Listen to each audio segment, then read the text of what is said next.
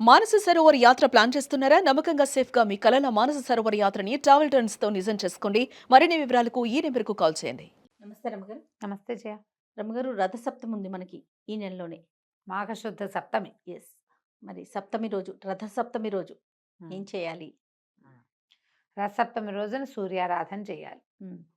సప్తమి తిథి సూర్యుని సంబంధమైన తిథి.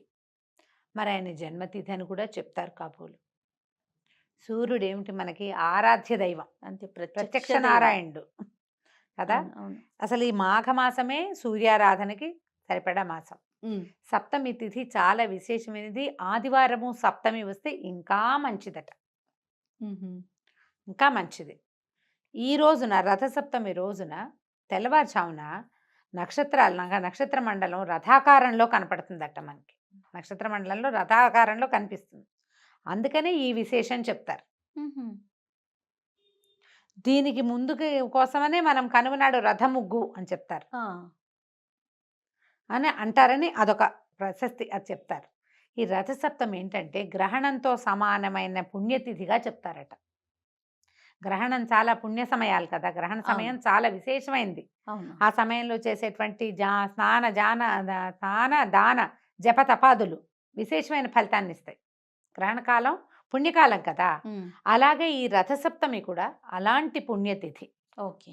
ఈ రోజున చేసేటువంటి స్నానము, దానము, జప తపాదులు, తర్వాత తర్పణం కూడా పెద్దవారికి ఇచ్చేది, అది కూడా విశేషమైన ఫలితాన్ని ఇస్తుంది.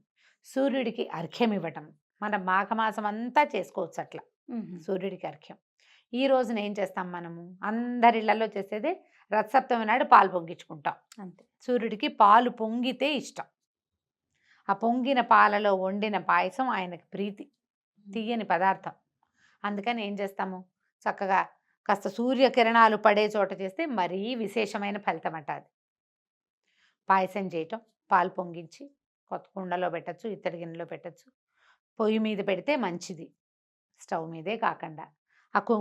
అది పిడకల దాలైతే ఇంకా మంచిది.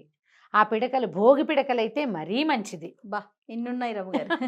ఎంత చేయగలిగితే అంత. ఓ కుంపటి పెట్టి అందులో చక్కగా బొగ్గులతో పాటు పిడకలు కూడా ఏర్పరిచి దాంట్లో ఓ ఇత్తడి గిన్నె, మళ్ళీ దానికి పసుపు రాయాలా బొట్టు పెట్టాలా అనుకోకండమ్మా. పసుపులు అవి కొన్ని ప్రాంతాల్లో రాసుకుంటారు, అదంతా మాడుతుంది గిన్నె. దానికి ఒక చిన్న పసుపు బొట్టు పెట్టి చక్క దాని మీద దాలి మీద ఆ కుంపటి మీద పెట్టి, పొయ్యి ఉంటే పొయ్యిలో 2 పిడకలు, ఆ పిడక దాంతో ఉడికిన పదార్థము ఒక రకమైన ఔషధంలాగా తయారవుతుంది అది. అందుకు అది ఇవన్నీ చెప్పేది. పాలు పొంగనిచ్చి 3 సార్లు పొంగాక బియ్యాన్ని కడగకుండా నెయ్యి రాస్తారు కొన్ని చోట్ల. కడిగిన తడి బియ్యం వేయకుండా నెయ్యి రాసిన బియ్యం వేయటం, మా అత్తారింట్లో అయితే నెయ్యి రాసిన బియ్యమే వేస్తారు. బియ్యం కడగద్దు అని చెప్తారు, నెయ్యి రాస్తే శుద్ధి అని. ఇవి ఒకరోజే. అదేలేండి. అది కూడా సూర్యుని ముందు చేస్తారు, చేస్తే ఇంకా విశేషం అనమాట. సూర్యకిరణాలు పడుతుంటే విశేషం. పొద్దున్నే సూర్యోదయం అవ్వగానే అంతకుముందే స్నానం చేసేసి ఉండాలి మనం. పొయ్యి వెలిగించుకోవటం, సూర్యనారాయణమూర్తికి దండం పెట్టడం, పాయసం చేయటం, 3 గుప్పెళ్ళు బియ్యం వేసి, చిన్నపిల్లలుంటే పిల్లలతోటి కూడా తలా ఒక చిటికెడు వేస్తారు. మడిగా చేసే ఇళ్లలో పిల్లలతోటి వేయించరు, పెద్దవాళ్లే చేస్తారు. ఆ పాయసం చక్కగా ఉడికాక బెల్లం వేసి, ఇంకా అందులో జీడిపప్పులు అవి ఇవి ఏమీ వేయరు, నెయ్యి వేసి నివేదన చేస్తారు అంతే. ఇప్పుడు ఏం చేస్తాం, దీనికి సూర్యుడి ఆరాధనకి ముందు మనం ఈరోజు స్నానం చేసేటప్పుడు చిక్కుడాకులు, రేగాకులు తల మీద శరీరం మీద పెట్టుకుని స్నానం చేస్తారు. రేక్కాయ అయినా పెట్టుకుంటారు. ఇవి 2 మనని సూర్యుడితోటి అనుసంధానం చేసేటువంటి శక్తి ఉన్నవి. చిక్కుడాకు అంతే, రేగాకు కానీ రేక్కాయ కానీ అంతే. ఇవి 2 సౌర సంబంధమైన. అసలు ఈ రేగు దాన్ని జిల్లేడాకులతో మెయిన్ అర్కపత్రం అంటారు దాన్ని. అర్కుడు అంటే సూర్యుడు, అర్కపత్రం సూర్య అర్థం ఇస్తుంది. ఒకవేళ జిల్లేడాకులు దొరకలేదనుకోండి, చిక్కుడాకులైనా పెట్టుకుంటాం మనం. జిల్లేడాకులు దొరకద్దు సిటీలో. అవును. చిక్కుడు పాదులు అయితే మనం కుండీలో వేసుకున్నా వస్తాయి. జిల్లేడు మొక్కలు దొరకవు కదా. జిల్లేడు, చిక్కుడు, రేగు ఈ 3 పనికొస్తాయి. జిల్లేడు చాలా ప్రశస్తమైనది, చాలా విశేషమైనది. అది సూర్యుడితోటి డైరెక్ట్గా సంబంధం ఉన్న ఆకు అని చెప్తారు. దాని పేరే అర్క. అర్కడ్ అంటే సూర్యుడు కదా. అయితే ఈ 3 ఆకుల్లో ఏ ఆకు లభిస్తే ఆకు ఒంటి మీద పెట్టుకుని స్నానం చేయటం, ఉదయమే సూర్యుడికి అర్ఘ్యం ఇవ్వటం, రాగి పాత్రలో సూర్యుడికి అర్ఘ్యం ఇస్తే విశేషమైన ఫలితం లభిస్తుందట. రాగి పాత్ర నిండా నీళ్ళు పెట్టడం, సూర్యుడికి చూపించి నీళ్ళు వదిలిపెట్టుకోవటం.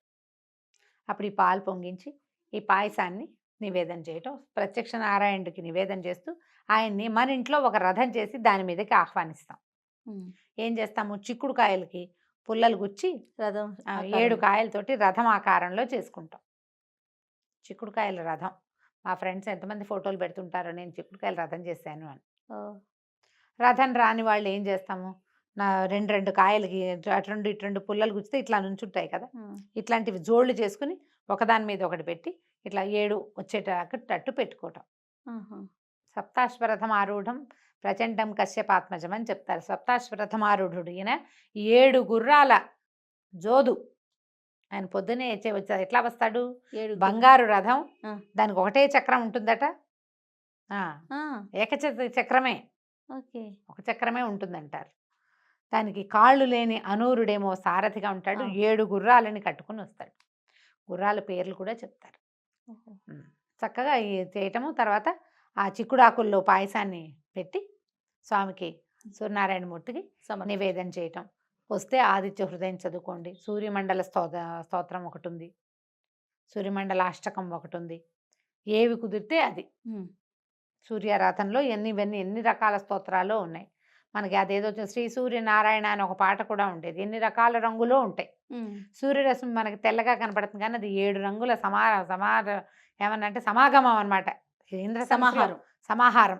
అది పూర్తిగా ఇంద్రధనుసులో ఏ 7 రంగులు ఉంటాయో అవి కూడా సూర్యరశ్మిలో ఉంటాయి.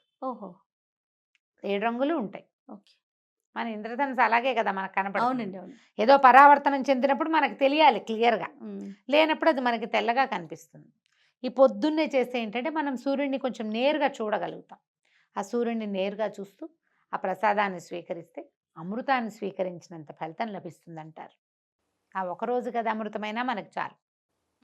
ప్రతి రథసప్తమికి ఇదే చెప్తాం, ఇలాగే చేసుకుంటాం అంతే. ఈ రథసప్తమికి మీకు ఆదిత్య హృదయం రాదు, రాదు అనుకోండి.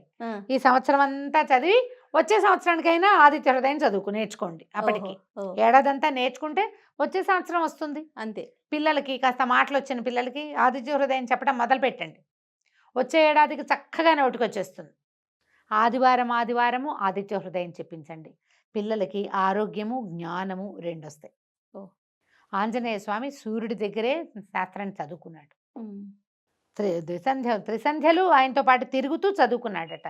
ఆంజనేయ స్వామికి అంత జ్ఞానం ఎక్కడి నుంచి వచ్చింది? సూర్యుడి వల్ల. అంతే. పిల్లలు కూడా అట్లాగే జ్ఞానం వస్తుందని చెప్పటము, అది చక్కగా ఆదిత్య హృదయం నేర్పించటం. ఈ సంవత్సరం నాకు ఆరోగ్యం బాగుండలేదు కాబట్టి పాయసం చేద్దాం అనుకున్నాం, మనం చేయలేకపోతున్నాం. చేయలేమా రమ్మగారు? కుదుట పడదంటారా? చూడాలి. ఓకే, చక్కగా ఒక గిన్నె పెట్టి పాయసం చేయండి. అమ్మ పొయ్యి లేదు, పిడకలు లేవు అని అనుకోకండి. ఏది ఉంటే దాంతో చేయండి. మీరు చేయవలసిందల్లా పొద్దున్నే సూర్యుడికి నమస్కారం చేయటం. సాధ్యమైనంత పెందరాళే మెడతర లగ్గంలోకి మధ్యాహ్నం అయిపోకుండా నైవేద్యం పెట్టండి. ఆ నైవేద్య ప్రసాదాన్ని చక్కగా అందరితోటి పంచిపెట్టండి. పిల్లలకి ఒక్క సూర్య సంబంధమైన శ్లోకమైన నేర్పించండి. భాస్కర శతకం అవి కూడా కనపడతాయి కానీ అవి ఏవో రకరకాలు ఉంటాయి. ప్రధానంగా మనకి ఆదిత్య హృదయమే చాలా మంచిది, విశేషమైన ఫలితాన్ని ఇస్తుంది. చక్కగా నేర్పించండి, మీరు చదువుకోండి, అలవాటు చేయండి పిల్లలకి. ఇలా రథసప్తమి పర్వదినాన్ని చక్కగా జరుపుకోండి. ఇవాళ చేసిన దానం కూడా మంచి ఫలితం లభిస్తుందట. కాబట్టి అవకాశాన్ని బట్టి దాన ప్రక్రియ కూడా ఏదైనా చేయండి. తప్పకుండా. నమస్తే. నమస్తే.